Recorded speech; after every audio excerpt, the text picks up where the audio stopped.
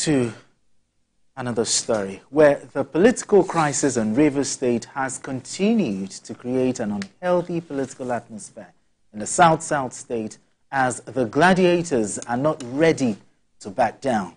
In a recent interview, the Minister of the Federal Capital Territory FCT, Wike, has vowed never to support Governor Siminalayi Fubara again in his political life, insisting that it is not about him, but about the people that labored to put up a structure for his emergence.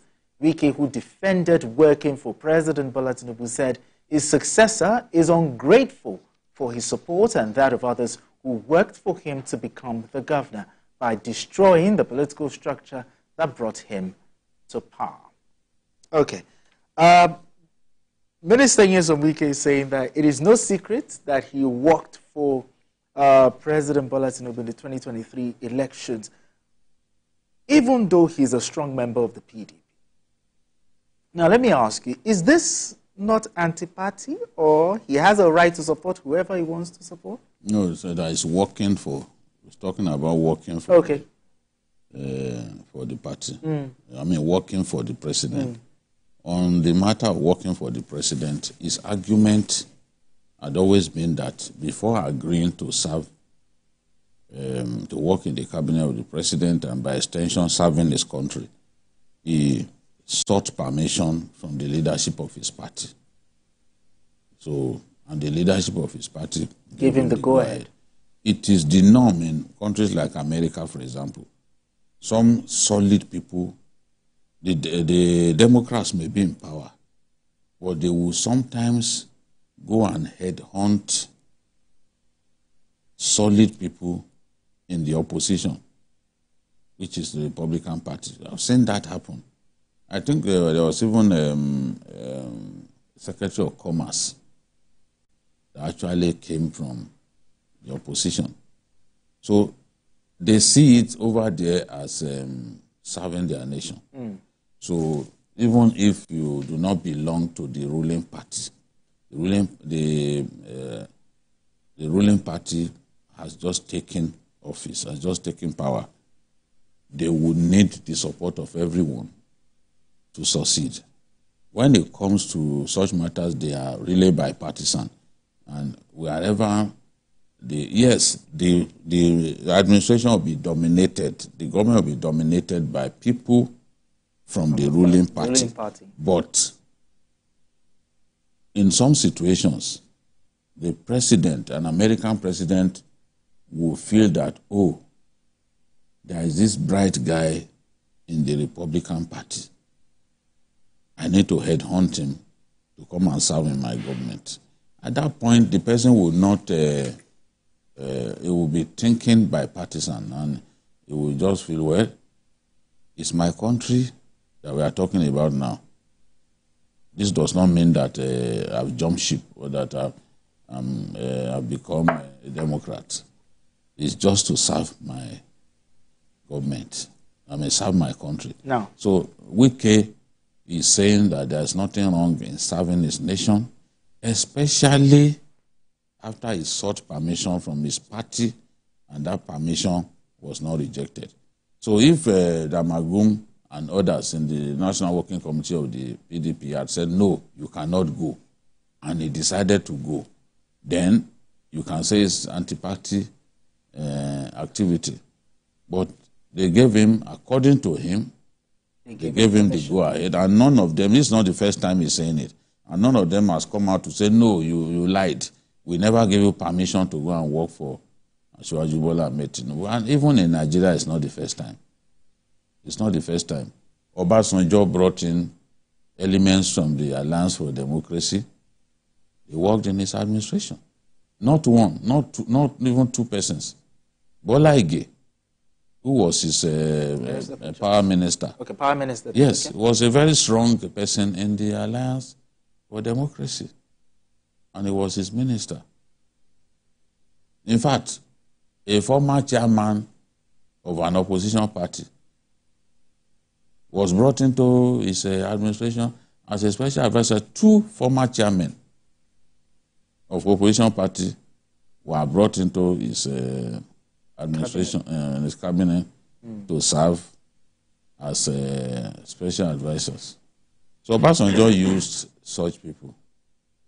He used such people, and I don't think if we want our democracy and politics to get better, we should not kick against people serving their government, serving their country. No matter the party. Yes, they should be bipartisan on this kind of matter. We should not allow emotions to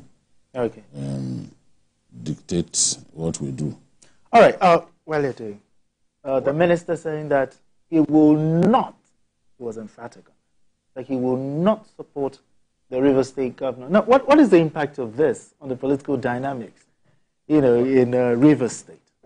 First of all, just like Babajide has said, it's not the first time you get people from, even Chief Cornelius Adebayo, also served with President Obasanjo, even though he came from the Nadeco AD group, So I think that from what I'm seeing, the PDP has found it very difficult to resolve its internal contradictions.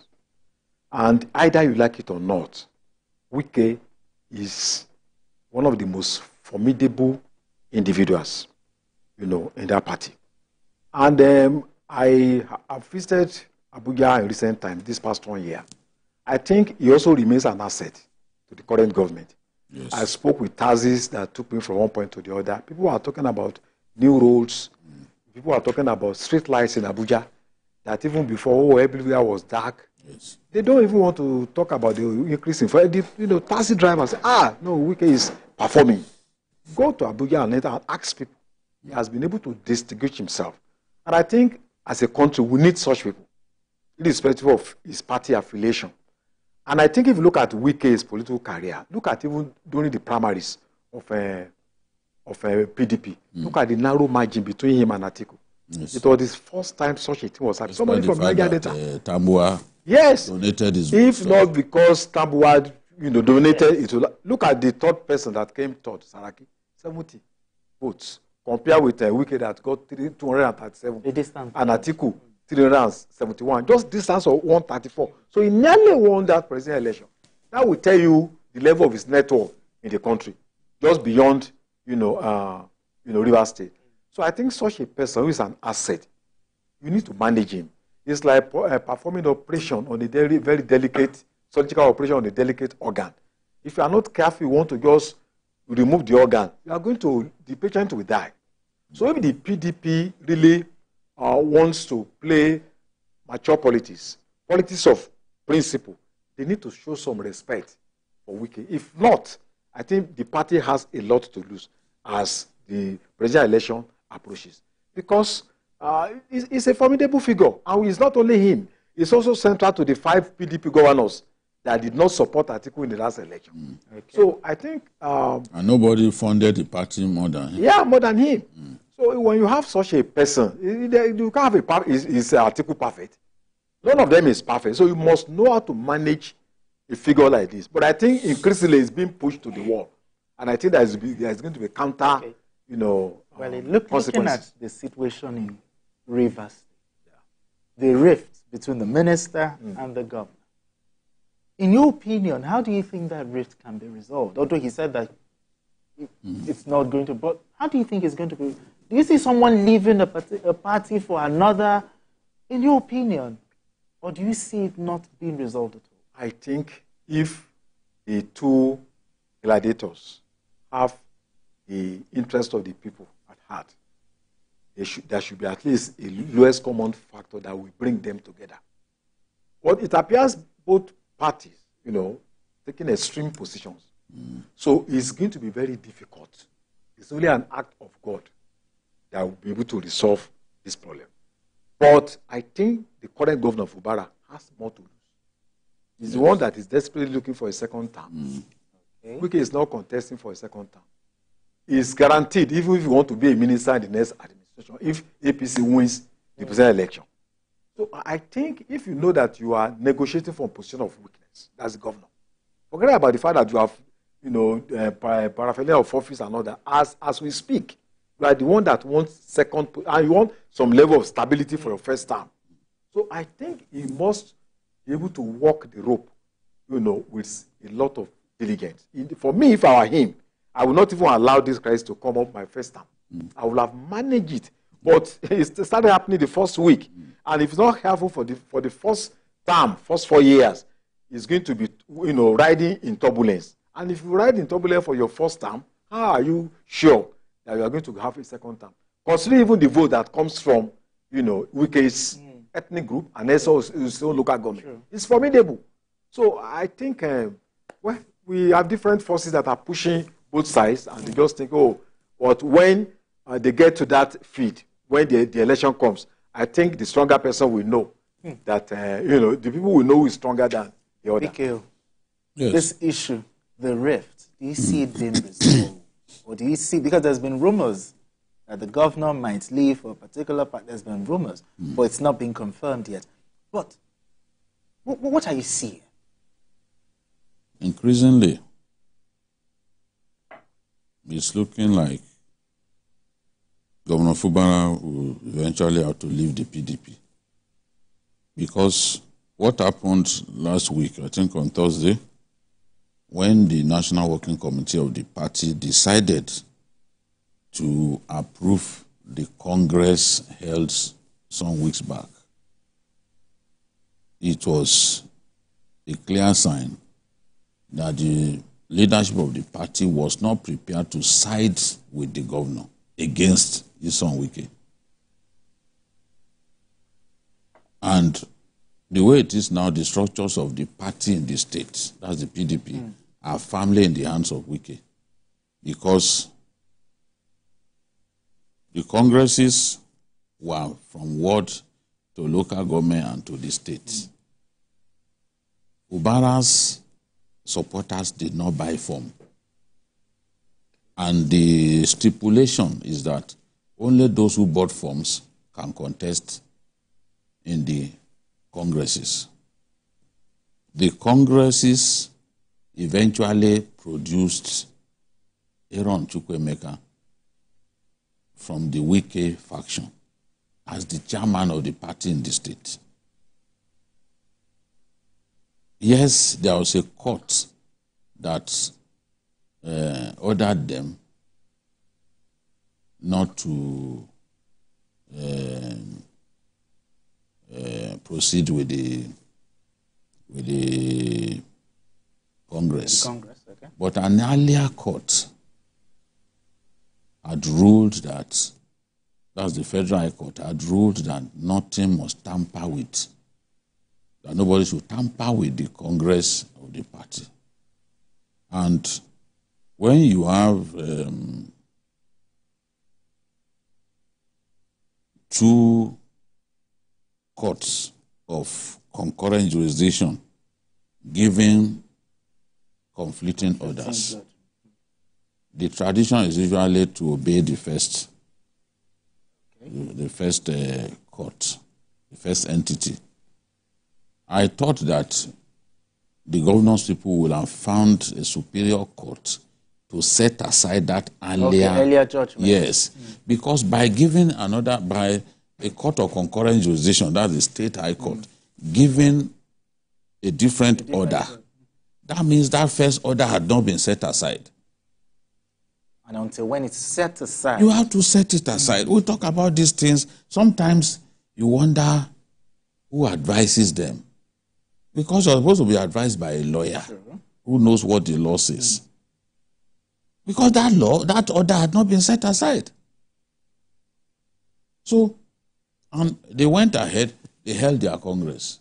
The governor didn't show up. His supporters also didn't show up. So, on that score, they lost out completely. The governors gave an order that the leadership of the party should hand over the structures of the party to the governor, who is the leader of the party.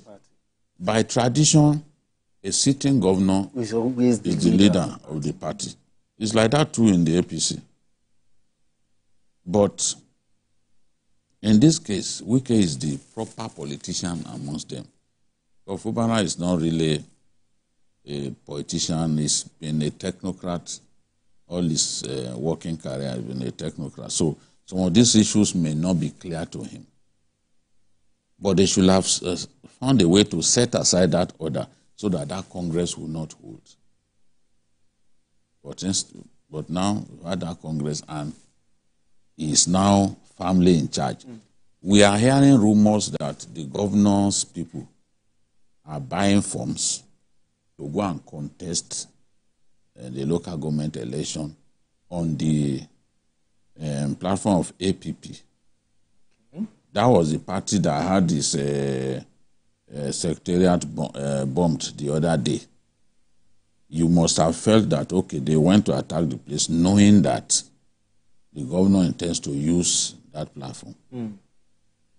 So if you lost out in terms of the structures of the, how do you install yourself?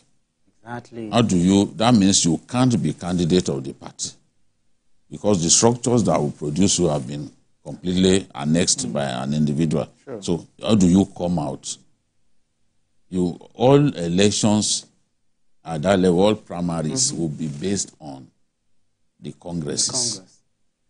So if you do not have a footing there, how do you get your own candidates to pass through that structure and become candidates? How do you get your supporters to pass through? Okay. All right, Vicky, we have a caller, Benga from Abuja. Benga, welcome to the program. Good afternoon. Yes, good afternoon to you. My name is Benga from Abuja. Good afternoon to Kolade Otitoju there and your guest there. BKO, I've been your follower and I enjoy your analysis, but today I will disagree with you. Yes. I watched your program on the line that I could not miss you. That is a program with you actually have online. You claim that by default, the governor is the political leader of the state. I disagree with you because after our president, Bola Tinubu, left being a governor in 2007, all the governors that took over were not the political leader of Lagos State. As well as you remain the political leader of Lagos State until he now became a president. All right, thank you. All right, thank you, Benga. Because of our time, thank you very much. BK, you want to quickly react to that? You see, I'm talking about what the party, their constitution says. What Asiwaju has done in Lagos, not many people can replicate it. And where people have tried, look at what is happening in Benue, for example. Normally, the Secretary of Government of the Federation should be the leader of the party. But what these governors always say is that the law says that the sitting governor, where you do not have a sitting governor, then the former governor, the immediate past governor, shall be the leader. And we are seeing it in places where APC or PDP are not in control. The leader is usually the former in Ekiti. We had Adebayo. You know, seen as the leader of the APC there when before Fahimi became governor. So look at Kano. That was the source of the quarrel between Shekarau and Ganduje. Because the party eventually sided with Ganduje against Shekarau that, yes, you are a former governor, but the sitting governor, our rule says the sitting governor shall be the leader of the party. Go and work with him. Shekarau did not like that because Shekarau had a court order that gave him the structures of the party. But the party sided with Ganduje against Shekarau, and he ended up leaving the party and went to the PDP. You understand? We've seen that there are many examples. The fact that Asiwaju was called national leader of the APC. The fact that this has happened with Asiwaju does not mean that both in the PDP and APC, it is there in their rule that the sitting governor, in a local government, the highest ranked political office holder, maybe a senator or House of Assembly member or House of Reps member, shall be the leader of the party in the state. This is what is happening. It's not the fact that we have a departure with Asiwaju does not mean that is not what the law says. In the two parties, because clearly APC borrows some ideas from PDP, and they are running with some of those ideas. So, but Lagos is a different. It's a different. All right. And a lot of the people who have been governors in Lagos were not die-in-the-wool politicians. Technocrats. You are technocrats. Ambode, technocrat. Fashola was not even a politician. Many of the politicians didn't like him. You know, they felt he was always blocking the access to Asiwaju when he was chief of staff. So, and then this last person too, not a core politician in this sense. So, they are not the sort of people who now go gongu to fight the Capone. You say, I should be the leader. They are not going to do that. All right, thank you so much, BK. Thank you so much, the veteran. Thank you so much for having this conversation. Adewale Ade, thank you so much for coming to the studio to have this conversation.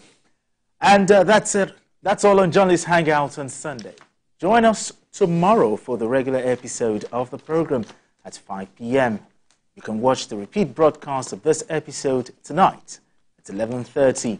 We are on YouTube at youtube.com/TVC